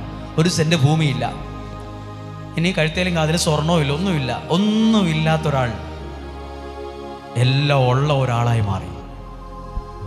അതിൻ്റെ പിന്നിൽ പ്രവർത്തിച്ചത് രാഷ്ട്രീയക്കാരുടെ കരമല്ല, ഇന്നും ജീവിക്കുന്ന സർവശക്തനായ ദൈവത്തിൻ്റെ കരം. ഞാനത് പറയാൻ പോവാണ്. ഈ വ്യക്തിക്ക് എല്ലാ വാതിലും അടഞ്ഞതാണ്, എല്ലാ വഴിയും അടഞ്ഞതാണ്. അപ്പനും അമ്മയും എല്ലാം ഉണ്ടായിട്ട് നമുക്കൊന്നും പലർക്കും പലയിടത്തും എത്താൻ പറ്റുന്നില്ല. ഞാൻ എങ്ങനെയുള്ള ആൾക്കാരെ കണ്ടിട്ടുള്ളതെന്നറിയാമോ? എല്ലാം ഉണ്ട്, പക്ഷെ അവർക്ക് പലയിടത്തും എത്താൻ പറ്റിയിട്ടില്ല. എന്നാൽ ചിലർക്കൊന്നുമില്ല, സ്വന്തമായിട്ടൊരു വീട് പോലും ഇല്ല. പക്ഷെ ഇന്നൊക്കെ അവരെക്കുറിച്ച് ചിന്തിക്കുമ്പോൾ അത്ഭുതമാണ്. അവരൊക്കെ ഒരുപാട് എത്തിപ്പോയി. ഒന്നുമില്ലാത്തവരെ ദൈവം എല്ലാം ഉള്ളവരെ പോലെ എത്തിച്ചു. എല്ലാം ഉണ്ടായിട്ടും ഒന്നും എവിടെയും എത്താത്തവർ ഒരുപാട് പേരുണ്ട്. ഇന്ന് നിങ്ങളോട് പറയുന്നത്, ഒന്നുമില്ലാത്തൊരാൾക്ക് എല്ലാമായി തീരാൻ ഒരു വഴിയും വാതിലും ദൈവം തുറന്നതാണ്. ഇതൊക്കെ പറയാതിരിക്കാൻ എങ്ങനെ പറ്റും? അപ്പനും അമ്മയില്ല, എടുത്തു വളർത്തി. പക്ഷെ അങ്ങനെ ഇരിക്കുമ്പോഴാണ് രാജാവിന് ഒരു രാജ്ഞിയെ തിരഞ്ഞെടുക്കേണ്ട ഒരു സാഹചര്യം വന്നു. രാജാവിൻ്റെ ഭാര്യയാകാൻ, രാജ്ഞിയാകാൻ എന്ന് പറഞ്ഞാൽ രാജാവിൻ്റെ ഭാര്യ രാജ്യത്തെ പ്രഥമ വനിതയാണ്. രാജാവ് കഴിഞ്ഞാൽ അടുത്തയാൾ രാജ്ഞിയാണ്, രാജഭരണവുമായി ബന്ധപ്പെട്ട്. ഇപ്പോൾ രാജ്ഞിയെ തിരഞ്ഞെടുക്കുന്ന ഒരു സമയം വന്നു. അപ്പോൾ അടുത്ത വാക്യം വായിക്കുകയാണ്, 15-ാമത്തെ വാക്യം, 2-ാം അധ്യായം 15-ാമത്തെ വാക്യം. മൊർദെഖായിയുടെ പിതൃവ്യന്യനായ അബിഹായിലിൻ്റെ മകളും അവൻ മകളായി ദത്തെടുത്തവളുമായ എസ്തേർ രാജസന്നിധിയിൽ ചെല്ലാനുള്ള തവണ വന്നപ്പോൾ തവണ എന്നുള്ള മറ്റൊരു വാക്കാണ് അവസരം. ചുമ്മാ വാക്ക് കേട്ട് വിടരുത്. നമുക്കൊക്കെ ചില നല്ല സ്ഥലങ്ങളിലെത്താൻ നല്ല അവസരങ്ങളെ ദൈവം തുറന്നു തരും. ആമേൻ, ഹല്ലേലൂയ. ചിലർ എനിക്കൊരു അവസരം കിട്ടിയിട്ടില്ല, നീ കാണാത്തോണ്ടാണ്. അയ്യോ എന്നെ അങ്ങനെ ആരും, എൻ്റെ ചിറ്റപ്പൻ അമേരിക്കയിലില്ല, എൻ്റെ അമ്മയുടെ ആങ്ങളെ യൂറോപ്പിലൊന്നുമില്ല, അവർക്കൊക്കെ ഉണ്ട്. നിനക്ക് ദൈവമുണ്ടോ? നിനക്ക് നീ ആഗ്രഹിച്ച സ്ഥലത്തെത്താൻ ഒരവസരം ദൈവം കൊണ്ടുവരും. അവസരം മനുഷ്യൻ തരുന്ന അവസരമുണ്ട്, ദൈവം നിനക്ക് തരുന്ന അവസരമുണ്ട്. നിനക്ക് നല്ല വീട് വെക്കാൻ, നല്ല കാര്യങ്ങൾ, നിനക്ക് നല്ലൊരു ഭാവി ഉണ്ടാകാൻ ദൈവം അവസരം തരും. ഒരാൾ പറഞ്ഞു, ഞാൻ ഒരിക്കലും വിമാനത്തിലൊന്നും കയറുമെന്ന് സ്വപ്നത്തിൽ വിചാരിച്ചതല്ല. എനിക്കങ്ങനെ ആഗ്രഹമില്ലായിരുന്നു. പക്ഷെ അദ്ദേഹം എത്രയോ പ്രാവശ്യം ഏതോ രാജ്യത്ത് പോയി തിരിച്ചു വന്നു. അവരുടെ മക്കളാരോ അവിടെയാണ്. സ്വപ്നത്തിൽ ഒരു കാലത്ത് കൂലിവേലയ്ക്ക് നടന്ന മനുഷ്യനാണ് ഇന്ന് നല്ല ഡ്രസ്സൊക്കെ ഇട്ട് വിസയൊക്കെ എടുത്ത് വേറെ രാജ്യത്ത് വരുന്നത്. ഇന്ന് ബാംഗ്ലൂർക്ക് പോയിട്ട് വരണ പോലെയാണ് പുള്ളി പോയിട്ട് വരണത്. വലിയ ഭാഷയൊന്നും അറിയാൻ പാടില്ല, എങ്ങനെ പോകുന്നു, അതൊക്കെ അങ്ങ് പോവാണ്. ദൈവം അവസരം തരും വിചാരിച്ചതിനേക്കാൾ. ചിന്തിക്കുക, അപ്പനും അമ്മയും ഇല്ലാത്ത ഒരു മകൾ രാജാവിൻ്റെ കൊട്ടാരത്തിന്, നമുക്ക് പ്രധാനമന്ത്രിയെ കാണാൻ ഒരു അവസരം കിട്ടുമോ? വളരെ ബുദ്ധിമുട്ടാണ്. മുഖ്യമന്ത്രി ഒന്ന് കാണാൻ എത്ര പേരുടെ കയ്യെ കാലെ പിടിച്ചാലാണ്. ഇനി പ്രധാനമന്ത്രി അടുത്ത് പോയി നമുക്കൊന്നും ചിന്തിക്കാൻ പോലും പറ്റത്തില്ല. അത്രയും ഉയർന്ന ഒരാളുടെ 7 അയൽവക്കത്ത് പോലും ചിലപ്പോൾ നമുക്ക് സെക്യൂരിറ്റിയൊക്കെ അപ്പുറത്ത് അട്ടിമാറ്റി കളയും. അത് അന്നത്തെ കാലത്ത് രാജ്യത്തിൻ്റെ പ്രധാനമന്ത്രി പോലെ രാജ്യം ഭരിക്കുന്ന രാജാവിൻ്റെ അടുത്ത് ഇന്ന് അപ്പനും അമ്മയും ഇല്ലാത്തൊരു പെങ്കൊച്ച് അവിടെ കയറിയെത്തി. അതാണ് അവളെ അവിടെ എത്തിച്ചത് എന്നതായിരിക്കും. അതാണ് നമ്മൾ കാണാത്തൊരു കരം, ദൈവകരം നമ്മുടെ കൂടെ ഉണ്ടെങ്കിൽ അവസരങ്ങളെ ദൈവം ഇങ്ങനെ മുന്നിൽ കൊണ്ടുവരും. നമ്മൾ ഓർക്കും നമ്മുടെ പിള്ളേരൊന്നും രക്ഷപ്പെടാൻ സാധ്യതയില്ല, അവരെ പഠിപ്പിച്ചിട്ട് രക്ഷപ്പെടാനാ, നമ്മളെ അതിനാരും കൊണ്ടാ ലോണ് കിട്ടൂല. ദൈവം നിനക്കൊരവസരം തന്നാൽ അവസരം തരും. ദൈവത്തെ വിളിക്കുന്നവന് രക്ഷപ്പെടാനുള്ള അവസരം ദൈവം അവിടെ കൊണ്ടുവരും. ഈ പടുകുഴിയിൽ നിന്ന് കയറാനുള്ള അവസരം ദൈവം നിനക്ക് തരും. ഈ കടബാധ്യതയൊക്കെ മാറി രക്ഷപ്പെടാൻ ഇതുപോലൊരു തവണ ഒരവസരം ദൈവം തമ്പുരാൻ നിനക്ക് തരും. നാട്ടുകാർ തരുന്ന കാര്യത്തെക്കുറിച്ചല്ല ഞാൻ പറയുന്നത്. അതുകൊണ്ടാണ് പറഞ്ഞത്, രാഷ്ട്രീയക്കാരെൻ്റെ കൂടെയുണ്ടോ, ശുശ്രൂഷകരെൻ്റെ കൂടെയുണ്ടോ, പാട്ടുകാരെൻ്റെ കൂടെയുണ്ടോ, പൂവെക്കുന്ന ആൾക്കാരുടെ കൂടെയുണ്ടോ, ഇത് ഒരുക്കുന്നവർ കൂടെയുണ്ടോ, ഇതൊന്നും ഞാൻ ശ്രദ്ധിക്കാറില്ല. ദൈവം എൻ്റെ കൂടെയുണ്ടോ എന്ന് എപ്പോഴും പരിശോധിച്ചു കൊണ്ടിരിക്കും. എന്നാൽ ബാക്കി കാര്യം ഭംഗിയായിക്കോളും. ആരുടെയും കയ്യെ കാലെ പിടിക്കേണ്ട കാര്യം വരത്തില്ല. ദൈവം അത് ഭംഗിയാക്കിക്കോളും. കാരണം വഴിയും വാതിലും ദൈവമാ തുറക്കുന്നത്. ഒരു വാതിൽ തുറന്നിരിക്കുന്നു. ആളിപ്പോ പതുക്കെ രാജാവിൻ്റെ കൊട്ടാരത്തിനകത്ത് കയറിയ ഒരു അവസരം വന്നു. ഇനി അടുത്ത വാക്യം അവിടെ എഴുതിയിരിക്കുന്ന ഇത്, രാജാവ് മറ്റെല്ലാ സ്ത്രീകളെയേക്കാൾ കൂടുതൽ എസ്തേറിനെ സ്നേഹിച്ചു. രാജാവ് ഇപ്പോൾ എസ്തേറിനെ ഇപ്പം ഏറ്റവും മിടുക്കിയായി കാണുന്നത്. പുള്ളിക്കാരത്തേക്ക് അപ്പനും അമ്മയില്ല, സ്വന്തമായിട്ട് വീടുമില്ല, ഒരു തരി സ്വർണ്ണവും ഇല്ല. സ്വർണ്ണമുള്ളവരും വലിയ വീട്ടിൽ പറഞ്ഞവരും രാജ്ഞിയാകാൻ കൊതിച്ച് വേഷഭൂഷാദികളോടെ ആ കൊട്ടാരത്തിനകത്ത് കയറി നിൽപ്പുണ്ട്. എന്നാൽ അപ്പനും അമ്മയും ഇല്ലാത്ത എസ്തേർ വളർത്തപ്പനാണ് എടുത്തു വളർത്തിയത്. ആരും ഇല്ലായിരുന്നു, നല്ല ഭക്ഷണമൊന്നും കഴിച്ചിട്ടില്ല. പക്ഷെ ഇപ്പോൾ രാജ്യത്തിൻ്റെ ഭരണാധികാരി ഇപ്പോൾ കണ്ടിരിക്കുന്നത് ഇയാളെയാണ്, ഈ വ്യക്തിയാണ്. ഇപ്പോൾ ഒന്നാമത്തെ ആളായി മാറാൻ പോവാണ്. ഒന്നുമില്ലാത്തൊരാൾ ഇപ്പോൾ എല്ലാം ആവുകയാണ്. ഇതിൻ്റെ പിന്നിൽ പ്രവർത്തിച്ചതാരാ? ഇതിൻ്റെ പിന്നിൽ പ്രവർത്തിച്ചതാരാണ്? ദൈവം. ഈ വ്യക്തി എസ്തേർ നാടകം കളിച്ചിട്ടാണോ? ഈ എസ്തേർ രാഷ്ട്രീയം കളിച്ചിട്ടാണോ? നമ്മുടെ രാഷ്ട്രീയക്കാർ ഓരോ വോട്ടിന് വേണ്ടി എത്ര വീട്ടിൽ കൂടെ കയറി ഇറങ്ങണം? ഒരാളുടെ വോട്ട് കിട്ടണം, നമ്മൾ എത്ര പേരുടെ കാല് പിടിക്കണം, എന്തെല്ലാം കാര്യങ്ങൾ പറയണം, എന്ത് കഷ്ടപ്പാടാ, ഫ്ലക്സ് ഒട്ടിച്ച് എന്തെല്ലാം കാര്യങ്ങൾ ഒരു വോട്ട് കിട്ടാൻ, ഒരു വോട്ടിന് വേണ്ടിയാണ് ചെയ്യണത്. ഈ എസ്തേർ ഒരാൾ നല്ല അഭിപ്രായം പറയാൻ ആരുടെയും കയ്യെ കാലെ പിടിച്ചോ? എസ്തേറിന് വേണ്ടി പ്രവർത്തിച്ച ദൈവം നിങ്ങൾക്ക് വേണ്ടിയും പ്രവർത്തിക്കും. ആമേൻ. വിശ്വസിക്കുന്നു. നിങ്ങൾ ചിന്തിക്കുന്നു ഞാൻ എല്ലാത്തിനും പിറകിലാണ്, എനിക്കൊന്നും ഒരു നല്ല കാലം ഉണ്ടാവില്ല. എസ്തേറിനെ ഒന്നാമതെത്തിച്ച ദൈവം, ആ കരം ഇന്ന് പ്രാർത്ഥിക്കുന്ന ദൈവഭക്തിയുള്ള നിനക്ക് വേണ്ടി, നിന്റെ കുടുംബത്തിന് വേണ്ടി പ്രവർത്തിക്കാൻ തുടങ്ങും. നിനക്കറിയില്ല ദൈവം നിന്നെ എങ്ങനെയാ ഒന്നാമതെത്തിക്കാൻ പോകുന്നതെന്ന്. അത് ദൈവത്തിന്റെ മനസ്സിൽ നിന്നെക്കുറിച്ച് കണ്ട പദ്ധതിയാണ്. അതുകൊണ്ടാണ് പറഞ്ഞത്, പ്രാർത്ഥിക്കാനും ആരാധിക്കാനും കിട്ടിയ അവസരം കളയരുത്. ആ അവസരം കളയുന്നവരുടെ ഭാഗ്യമാ പലപ്പോഴും കെട്ടുപോകുന്നു. ചിലർ പറയില്ലേ, ഭാഗ്യം കെട്ടവൻ. ആ വാക്കിൽ തന്നെ അതിൻ്റെ അർത്ഥമുണ്ട്. ഭാഗ്യം ഉണ്ടായിരുന്നു, പക്ഷെ ആള് കെടുത്തി കളഞ്ഞതാ. നമ്മൾ ചിലരെ പറയില്ലേ, അവനൊരു ഭാഗ്യം കെട്ടവനാ. ഭാഗ്യം കെട്ടവൻ, ഭാഗ്യം ഉണ്ടായിരുന്ന ആൾക്ക് നല്ല പ്രായത്തിൽ ഉഴപ്പിക്കളഞ്ഞോണ്ടാ കെട്ടുപോയത്. ഇന്ന് ദുഃഖിച്ചുകൊണ്ടിരിക്കുവാണ്. ആൾ മിടുക്കനായിരുന്നു, ആൾ ടാലൻ്റ് ആയിരുന്നു, ആൾ ഗിഫ്റ്റഡ് ആയിരുന്നു, ആൾ ഭാഗ്യമുള്ളവനായിരുന്നു. പക്ഷേ അവൻ അത് കൂട്ടുകൂടി ബഹളം വെച്ചും അത് കെടുത്തി കളഞ്ഞു. അതുകൊണ്ടാണ് വെറുതെ ഒരു മനുഷ്യൻ ചുമ്മാ പറഞ്ഞത് അവനൊരു ഭാഗ്യം കെട്ടവനാന്ന്. അവനൊരു ഭാഗ്യം കെട്ടോളാം. ആ പെണ്ണ് ഭാഗ്യം ഉണ്ടായിരുന്നു. അപ്പം ഞാൻ എന്തിനാ പ്രാർത്ഥിക്കുന്നത്? നിങ്ങൾക്കുള്ള ഭാഗ്യം, ദൈവം തന്ന ആ ഭാഗ്യം ഉണ്ടല്ലോ, അത് പോകരുത് എന്നാണ്. ഇപ്പോൾ ഈ വ്യക്തി ചിന്തിക്കാതിരിക്കട്ടെ, ഞാൻ അപ്പനും അമ്മയും ഇല്ലാത്ത ആളാണ്, എന്നെ ഒന്നും ആർക്കും വേണ്ട, എന്നെ ഇഷ്ടമില്ല, ഞാനൊന്നും ജനിക്കേണ്ടാത്ത ആളായിരുന്നു, എന്നെ ഞാൻ മരിച്ചാൽ മതിയായിരുന്നു എന്നൊക്കെ പറഞ്ഞുകൊണ്ടിരുന്നായിരുന്നെങ്കിൽ ഇങ്ങനെ ഒന്നാമതെത്തുമായിരുന്നോ? എസ്തേറിന് അറിയാം. എസ്തേറിനെ ഒന്നാമതെത്തിച്ചത് എന്നാണെന്ന് ഞാൻ പറയാൻ പോവാം. അതിനും ഒരു വാക്യം കൂടെ വായിക്കുകയാണ്. 14-ാം അധ്യായം 1 മുതൽ 4 വരെയുള്ള വാക്യങ്ങൾ. 14-ാം അധ്യായം എസ്തേറിന്റെ പുസ്തകം 2-ാം അധ്യായം 17-ാമത്തെ വാക്യം ഒന്ന് വായിച്ചേ. 17-ാമത്തെ വാക്യം. രാജാവ് മറ്റെല്ലാ സ്ത്രീകളെയുംകാൾ കൂടുതൽ എസ്തേറിനെ സ്നേഹിച്ചു. അവന്റെ മുൻപിൽ സകല കന്യകമാരെയുംകാൾ അധികം അവൾ പ്രീതിയും ആനുകൂല്യവും നേടി. എല്ലാ സ്ത്രീകളെക്കാൾ ഒന്നാമതായി ഒരു രാജ്യത്ത് നിൽക്കുന്നത് എസ്തേറാണ്. ഒന്നുമില്ലാതെ കടന്നവളാണ്. അവളൊരു വാക്ക് പറഞ്ഞാൽ ആരും പുല്ലു വിലയ്ക്ക് പോലും എടുക്കില്ല. ഇപ്പോൾ വിലയുള്ള ഒരാളായി മാറാൻ തുടങ്ങിയിരിക്കുന്നു. ഇപ്പോൾ കൊട്ടാരത്തിലാണ് നിൽക്കുന്നത്. ഇപ്പോൾ പ്രധാനമന്ത്രി അടുത്ത് നിൽക്കുന്നത് പോലെ ഒരാളായിട്ടാണ് ഇപ്പം നിൽക്കുന്നത്. ഇപ്പം നിലയും വിലയൊക്കെ മാറാൻ പോവാണ്. ഇനി അടുത്ത കാര്യം ഒന്ന് വായിക്കുകയാണ്. 14-ാം അധ്യായം അതിനുശേഷം ഒരു വാക്യമുണ്ട്. അവളുടെ ശിരസിൽ തന്മൂലം അവൻ രാജകീയ കിരീടം. അതാണ് വായിക്കാൻ. അതേതാ സെന്റൻസ്? ഏതാ? 17-ാമത്തെ അധ്യായം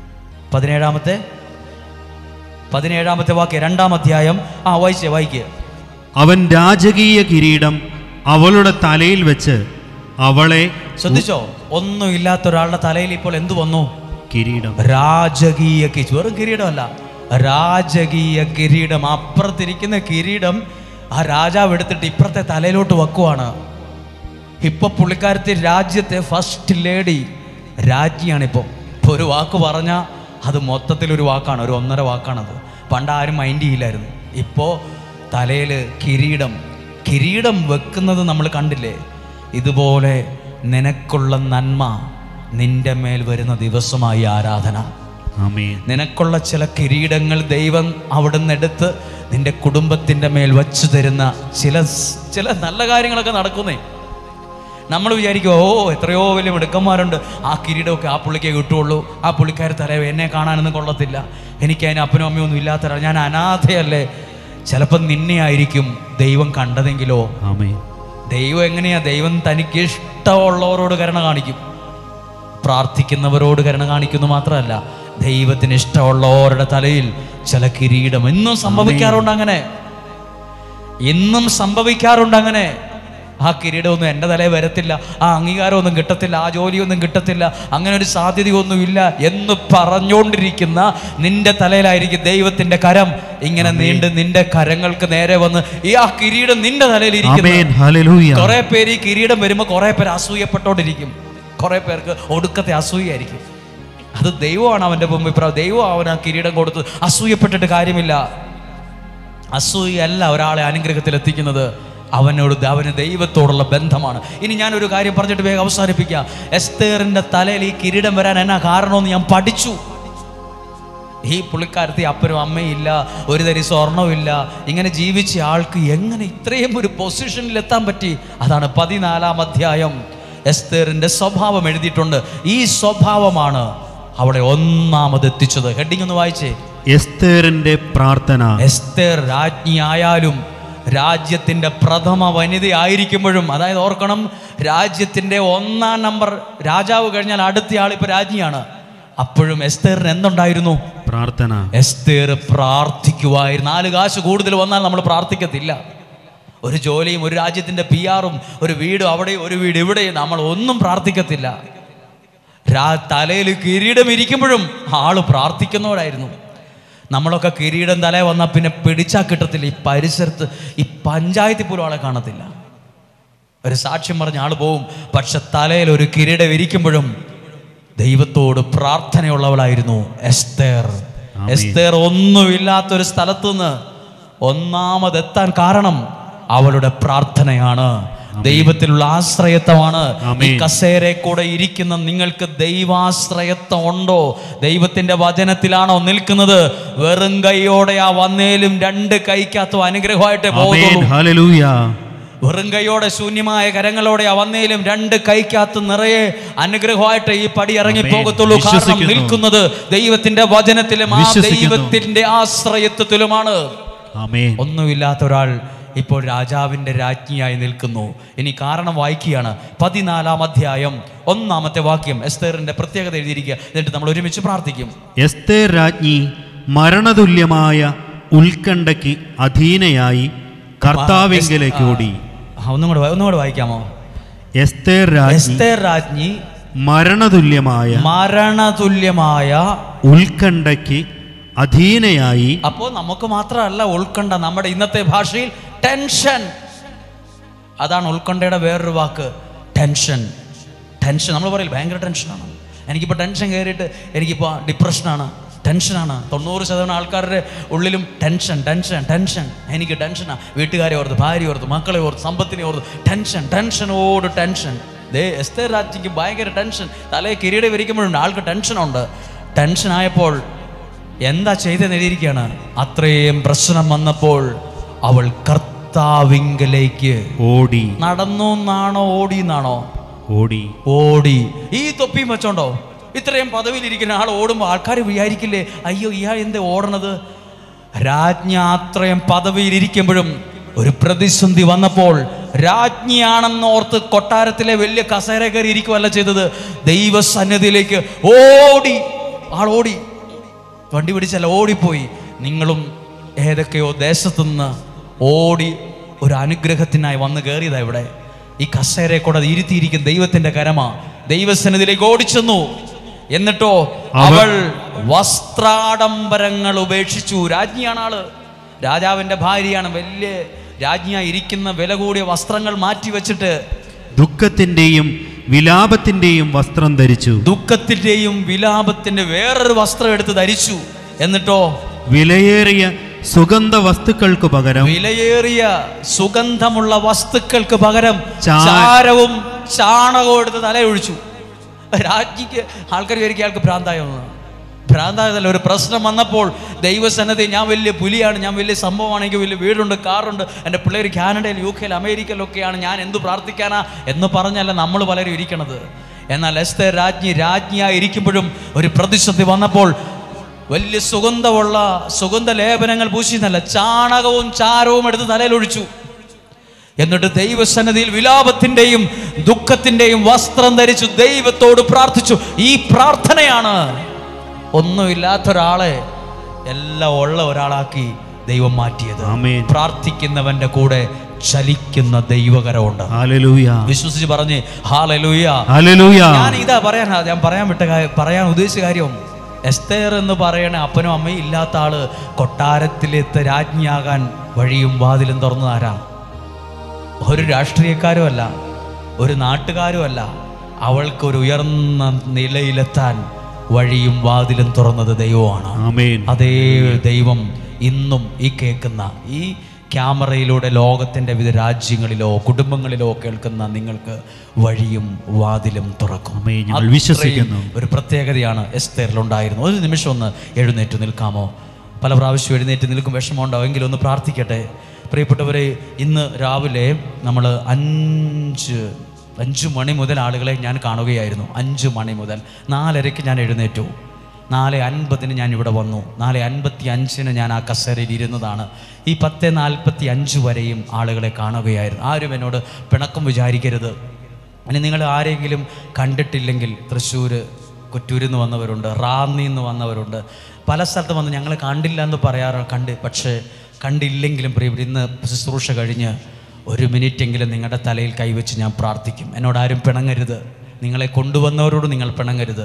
ഞാനല്ല അനുഗ്രഹം തരുന്നത്, സ്വർഗത്തിലെ ദൈവമാണ്. എസ്തേർ എന്ന് പറയുന്ന വ്യക്തി ഒന്നാമതെത്താൻ അവൾക്കുണ്ടായിരുന്ന ഒരു ദൈവാശ്രയത്വ. അത് മതി കുഞ്ഞെ നീ രക്ഷപ്പെടാൻ. അത് പറയാനാണ് ഇവിടെ വന്നത്, അത് കേൾക്കാനായിരിക്കും ദൈവം നിങ്ങളെ കൊണ്ടുവന്നത്. അതുകൊണ്ട് ആരും പിണങ്ങരുത്. ഇനി അടുത്ത വെള്ളിയാഴ്ച നമുക്കിവിടെ ഇത്ര ആഘോഷമായ പ്രാർത്ഥന ഉണ്ടായിരിക്കില്ല. അടുത്ത വെള്ളിയാഴ്ച, കാരണം ഇലക്ഷനാണ്, അന്ന് എല്ലാവർക്കും വോട്ടൊക്കെ ചെയ്യേണ്ടതാണ്. അന്ന് ഇവിടെ പ്രാർത്ഥന നടക്കുന്നില്ല. പക്ഷെ അന്ന് വൈകുന്നേരം 7 മണി മുതൽ 8 മണി വരെ ഓൺലൈനായിട്ട് ഇവിടെ ശുശ്രൂഷയില്ല. ഇവിടെ 5-6 ശുശ്രൂഷകർ വന്നിരിക്കാം. പക്ഷെ 7 മണി മുതൽ 8 മണി വരെ ഓൺലൈനിൽ നിങ്ങൾക്കൊരു പ്രാർത്ഥനയുണ്ട്. ഇപ്പോൾ നിങ്ങൾ എഴുന്നേറ്റ് നിൽക്കുന്ന എല്ലാവരോടും ആ കാര്യം പറയുകയാണ്. നിങ്ങൾ ഒത്തിരി പേരോട് പറയണം, നിങ്ങൾക്ക് വേണ്ടി പ്രാർത്ഥിക്കുന്ന ഒരു പ്രാർത്ഥനയാണത്. ഇവിടെ എഴുത്തിലൂടെ, ഇമെയിലിലൂടെ, വാട്സപ്പിലൂടെ, ഫോൺ വിളിയിലൂടെ, പോസ്റ്റിലൂടെയൊക്കെ ഒരു കെട്ട് പ്രാർത്ഥന ഇവിടെയുണ്ട്. അതിനുവേണ്ടി എല്ലാ ദിവസവും നിങ്ങൾക്കൊരു പ്രാർത്ഥിക്കുന്നുണ്ട്. ഇനി ഈ പ്രാർത്ഥനയെക്കുറിച്ച് ദൈവം തന്ന എന്താണ് നിയോഗ പ്രാർത്ഥന? ഞാൻ നിങ്ങളോട് പറഞ്ഞില്ലേ, ഒരു കാര്യം പറയട്ടെ. റോഡിൻ്റെ സൈഡിലൂടെ 1 രൂപയുണ്ടോ എന്ന് കുനിഞ്ഞ് നടന്നിട്ടുണ്ട്, നോക്കി നടന്നിട്ടുണ്ട്. ആരുടെ കയ്യിലെങ്കിലും വീണുപോയ 1 രൂപ അവിടെ എങ്ങാനും കിടപ്പുണ്ടോ? അല്ല, ഒരു 10 രൂപ എങ്ങാനും വീണ് കിട്ടിയായിരുന്നെങ്കിൽ അലക്കിയിട്ട് അതേ ഡ്രസ്സ് വലിച്ച് പിഴിഞ്ഞ് കുടഞ്ഞ് ഇട്ടോണ്ട് പോയിട്ടുണ്ട്. എന്നിട്ട് വയറുവേദന പിടിച്ചിട്ടുണ്ട്. എൻ്റെ പേഴ്സിനകത്ത് 1 രൂപയുണ്ടെങ്കിൽ അതിൻ്റെ അർത്ഥം അത് ദൈവം എനിക്ക് തന്നതാണ്. പേഴ്സിനകത്ത് 10 രൂപയുടെ ഒരു നോട്ടുണ്ടെങ്കിൽ, 100 രൂപയുടെ നോട്ടുണ്ടെങ്കിൽ അതെനിക്ക് ദൈവം തന്നതാണെന്നാണ് എൻ്റെ വിശ്വാസം. വഴിയും വാതിലും ദൈവമാണ് തുറക്കുന്നത്. അപ്പോൾ ചിലർ ചോദിച്ചു, എന്താണ് നിയോഗ പ്രാർത്ഥന, എന്താണ് ഡെയിലി ബ്ലെസ്സിങ്? എന്നെ ദൈവം സ്നേഹിക്കുന്നു എന്ന് ബോധ്യപ്പെട്ടപ്പോൾ തിരിച്ച് ആ ദൈവത്തോട് തോന്നിയ ഇഷ്ടമാണ് നിയോഗ പ്രാർത്ഥനയും ഡെയിലി ബ്ലെസ്സിങ്ങും. എന്നെ ദൈവം സ്നേഹിക്കുന്നു എന്നും ദൈവം എൻ്റെ പ്രാർത്ഥന കേൾക്കുമെന്നും എനിക്ക് ബോധ്യപ്പെട്ടപ്പോൾ ആ ദൈവത്തോട് തിരിച്ചു തോന്നിയ ഇഷ്ടത്തിൻ്റെ പേരാണ് നിയോഗ പ്രാർത്ഥന. ആ ദൈവത്തോട് തിരിച്ചു തോന്നിയ സ്നേഹമാണ് ഡെയിലി ബ്ലെസ്സിങ്. അറിവല്ല ഞാൻ പ്രസംഗിച്ചത്. എനിക്കൊരു ഡോക്ടറേറ്റും ഇല്ല, ഞാൻ വലിയ കോളേജിലൊന്നും പഠിച്ചിട്ടുമില്ല, അതുകൊണ്ട് വലിയ അംഗീകാരമൊന്നും എനിക്ക് കിട്ടാനും പോകുന്നില്ല. പക്ഷെ ഞാൻ പ്രസംഗിക്കുന്നത് എൻ്റെ അനുഭവമാണ്, വചനത്തിൽ കിട്ടിയ അനുഭവം. അതിൽ ആ അനുഭവം നിങ്ങളിൽ പ്രവർത്തിക്കും. ഇവിടെ CSIക്കാരുണ്ട്, ഇവിടെ ഓർത്തഡോക്സ് സഭയിൽ പോകുന്നവരുണ്ട്, യാക്കോബായക്കാരുണ്ട്, കത്തോലിക്കരുണ്ട്, മാർത്തോമക്കാരുണ്ട്. ഇവിടെ മുഖംനോട്ടമില്ല, ഇവിടെ വലിയ ഭിത്തിയൊന്നും കെട്ടിയിട്ടില്ല ഓരോരുത്തർക്കും ഇപ്പുറത്ത് നിൽക്കാൻ. ഇവിടെ ഒറ്റ ഭിത്തിയുള്ളൂ, ദൈവസ്നേഹത്തിൻ്റെ ഭിത്തി. അതിൻ്റെ തണലിൽ നമ്മൾ നിൽക്കുന്നു, മുഖംനോട്ടമില്ലാതെ, ആരോടും പ്രത്യേകത ഒന്നും കാണിക്കാതെ.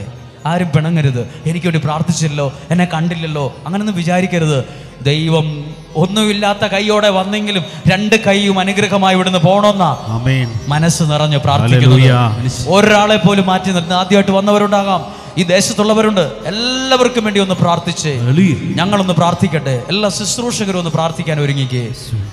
കർത്താവ് 26-ാം തീയതിക്ക് വേണ്ടി ഒന്ന് പ്രാർത്ഥിച്ചേ. അടുത്ത മാസം 15, 16, 17, 18 ബഹുമാനപ്പെട്ട അട്ടപ്പാടി സഹിയോൻ ധ്യാന കേന്ദ്രത്തിലെ സാംസനച്ചനാൽ നയിക്കപ്പെടുന്ന ഒരു കൺവെൻഷൻ ഉണ്ട്.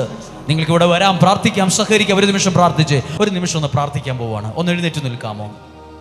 ദൈവകരങ്ങളിലേക്ക് പൂർണ്ണമായി ഒന്ന് ഏൽപ്പിച്ചു കൊടുത്ത് ഈ വിഷയത്തെ ഒന്ന് സമർപ്പിച്ച്, നിന്റെ കുടുംബത്തോടുള്ള ബന്ധത്തിൽ, നിന്റെ ജീവിതത്തോടുള്ള ബന്ധത്തിൽ, പഠനത്തോടുള്ള ബന്ധത്തിൽ, നിന്റെ ഇന്റർവ്യൂവുമായിട്ടുള്ള ബന്ധത്തിൽ, നിന്റെ ബിസിനസ്സുമായുള്ള ബന്ധത്തിൽ ഒരു വലിയ വാതിൽ ദൈവം നിനക്ക് തുറന്നു തരട്ടെ. മന്ത്രം ചെയ്തും കുതന്ത്രം ചെയ്തും പാരവച്ചും ഇല്ലാവചനങ്ങൾ പറഞ്ഞും അസൂയയോടും പലരും നിന്റെ വാതിലൊക്കെ അടയ്ക്കാൻ ശ്രമിച്ചിട്ടുണ്ടായിരിക്കും. ചിലരൊക്കെ അങ്ങനെയാണ് അടഞ്ഞ വാതിലുകൾ കണ്ടത്. എന്നാൽ ദൈവസന്നദ്ധിയിൽ കൈകൂപ്പി പിടിച്ചു നിൽക്കുന്ന പ്രിയപ്പെട്ട സഹോദര, പ്രിയപ്പെട്ട സഹോദരി, ദൈവം നിന്നെ കാണിക്കുന്നത് കടലാസിൽ എഴുതി നീ നശിക്കൂ എന്നുള്ള വാക്കല്ല കാണിക്കുന്നത്. ഫലപ്രദമായി പ്രവർത്തിക്കാൻ ഒരു വാതിൽ തുറന്നു എന്നാ കാണിക്കുന്നത്. മനുഷ്യൻ എഴുതി കൂട്ടിയതും പറഞ്ഞതും വരച്ചതും ഒക്കെ എതിരാ. മനുഷ്യര് പലരും നിനക്കെതിരെ ചെയ്തതും നീ തകരാൻ ഉദ്ദേശിച്ച പലതും പറഞ്ഞതും, പെരിപ്പിച്ച് പറഞ്ഞതും, അവിടെ പറഞ്ഞതും, മെസ്സേജ് അയച്ചതും, വിളിച്ചു പറഞ്ഞതും, ഇമെയിൽ അയച്ചതും ഒക്കെ നിന്റെ തകർച്ചയെ മുന്നിൽ കണ്ടുകൊണ്ടാ.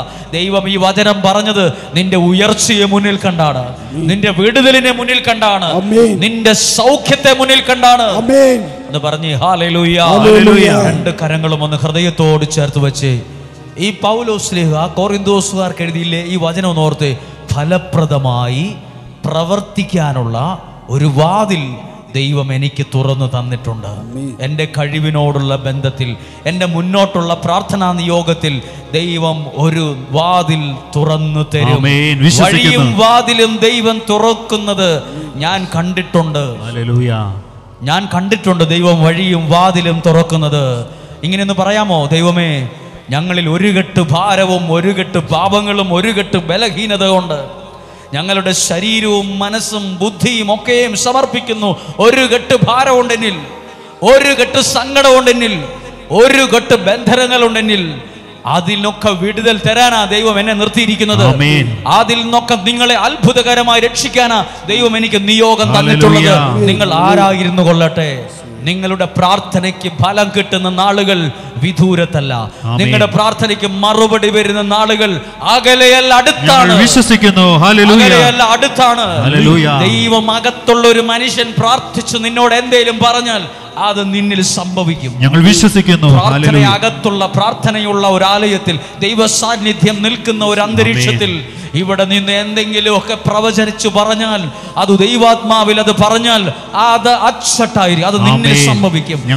എന്നെ ദൈവം നിർത്തിയിരിക്കുന്നത് ശപിക്കാനല്ല, എന്നെ ദൈവം നിർത്തിയിരിക്കുന്നത് നിങ്ങളെ ദൈവനാമത്തിൽ അനുഗ്രഹിക്കാനാണ്, നിങ്ങളെ ദൈവനാമത്തിൽ വിടുവിക്കാനാണ്, നിങ്ങളുടെ രോഗത്തിന് സൗഖ്യം നൽകാനാണ്, നിങ്ങളുടെ പ്രതിസന്ധികൾ നിങ്ങളെ കൈ പിടിച്ചു കയറ്റാനാണ്.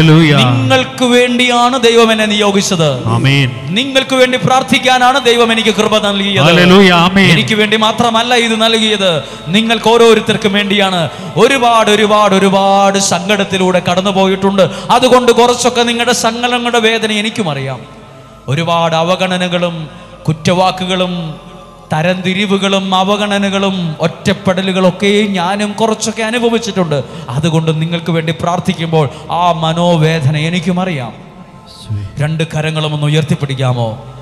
ഇങ്ങനെ പ്രാർത്ഥിക്കുമ്പോൾ ഒരു വഴിയും വാതിലും ദൈവം തുറക്കും. എല്ലാവരും പ്രാർത്ഥിക്കുമ്പോൾ ആരും വന്നോണ്ട് അങ്ങ് പ്രാർത്ഥിച്ചേക്കാമെന്ന് വിചാരിക്കല്ലേ.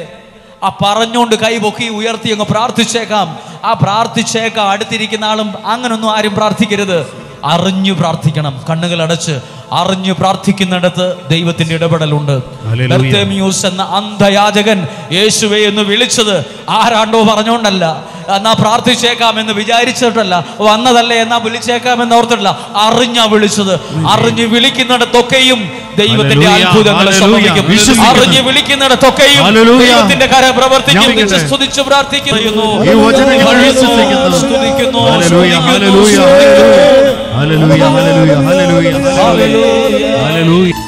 യേശു ഒരു വാതിൽ തുറന്നാ ആർക്കും അടയ്ക്കാനാവുകില്ല.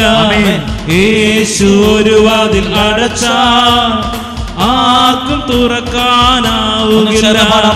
യേശു ഒരു വാതിൽ തുറന്നാ ആർക്കും അടയ്ക്കാനാവുകില്ല. യേശു ഒരു വാതിൽ അടച്ചാ ആർക്കും തുറക്കാനാവുകില്ല. തുറന്നിടുമേ വാതിൽ തുറന്നിടുമേ, എനിക്കായി വാതിൽ തുറന്നിടുമേ. പിന്നെയോ അടച്ചിടുമേ വാതിൽ അടച്ചിടുമേ, വൈരിയൻ വാതിൽ അടച്ചിടുമേ. അടച്ചിടുമേ വാതിൽ അടച്ചിടുമേ, വൈരിയൻ വാതിൽ അടച്ചിടുമേ. യേശു ഒരു വാതിൽ തുറന്നാൽ ആർക്കും തുറക്കാനാവുകില്ല. യേശു ഒരു വാതിൽ അടച്ചാൽ ആർക്കും തുറക്കാനാവുകില്ല. വിശ്വാസത്തോടെ പറയാം, പ്രാർത്ഥിക്കാം. ഒരു വഴിയും ഒരു വാതിലും ദൈവം എനിക്കായിട്ട് തുറക്കും, എൻ്റെ കുടുംബത്തിനായി തുറക്കും. ഞാനത് വിശ്വസിക്കുന്നു. നസ്രായനായി ഇന്ന് ജീവിക്കുന്ന യേശുവിന്റെ നാമത്തിൽ നിങ്ങൾക്കായി ഈ വചനം പറഞ്ഞു പ്രാർത്ഥിക്കുന്നു. ശത്രു ഒരു വഴിയായി വന്ന ഏഴു വഴിയായി ചിതറിക്കുമേ. ശത്രു ഒരു വഴിയായി വന്ന ഏഴു വഴിയായി ചിതറിക്കുമേ. ഭാരങ്ങളേറിടും വേളകളിൽ കൃപയാൽ എന്നെ തുണച്ചിടുമേ. യേശു ഒരു വാതിൽ തുറന്നാ ആർക്കും അടയ്ക്കാനാവുകില്ല. യേശു ഒരു വാതിൽ അടച്ചാ ആർക്കും തുറക്കാനാവുകില്ല. തുറന്നിടുമേ വാതിൽ തുറന്നിടുമേ, എനിക്കായി വാതിൽ തുറന്നിടുമേ.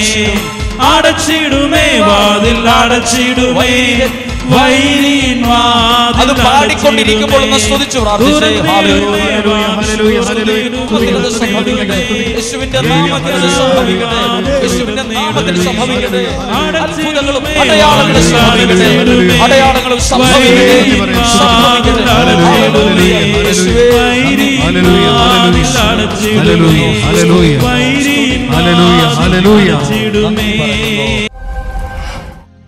ഇവിടെ ഏതെല്ലാം കാര്യങ്ങൾക്കാണ് പ്രാർത്ഥിക്കുന്നറിയാമോ? ധാരാളം ആളുകൾ, ആയിരക്കണക്കിന് എഴുത്തുകൾ വന്നിട്ടുണ്ട്, ഇമെയിലുകൾ, വാട്സപ്പ് മെസ്സേജുകൾ, ഫോൺ കോളിലൂടെ സംസാരിച്ച് പ്രാർത്ഥന ചോദിച്ചവർ, ശുശ്രൂഷകരെ വിളിച്ചു പറഞ്ഞ നിയോഗങ്ങൾ, ഇവിടെ വന്ന് എഴുതിയിട്ട നിയോഗങ്ങൾ, ഇന്ന് രാവിലെ മുതൽ സ്വീകരിച്ച അൾത്താരയിൽ സമർപ്പിക്കപ്പെട്ട നിയോഗങ്ങൾ, എല്ലാവരും നിയോഗത്തിന് വേണ്ടി പ്രാർത്ഥിക്കുക. ഞങ്ങളെല്ലാ ശുശ്രൂഷകരും പ്രാർത്ഥിക്കുന്നു. ഇതിനോട് ചേർന്ന് നിൽക്കുന്ന എല്ലാവരും പ്രാർത്ഥിക്കുന്നു. ഒരു വലിയ പ്രതീക്ഷയോടെ, നിയോഗത്തോടെ നമ്മൾ പ്രാർത്ഥന ചൊല്ലുകയാണ്. 9 പ്രാവശ്യമാണ് ചൊല്ലുന്നത്. നിങ്ങളുടെ നിയോഗം ആ പ്രാർത്ഥന ചൊല്ലുമ്പോൾ മനസ്സിൽ കണ്ട് പ്രാർത്ഥിക്കട്ടെ. വചനത്താൽ ചേർത്തു വച്ച ഈ നിയോഗങ്ങൾക്കായി സകല വിശുദ്ധരുമേ മാധ്യസ്ഥമേകണമേ.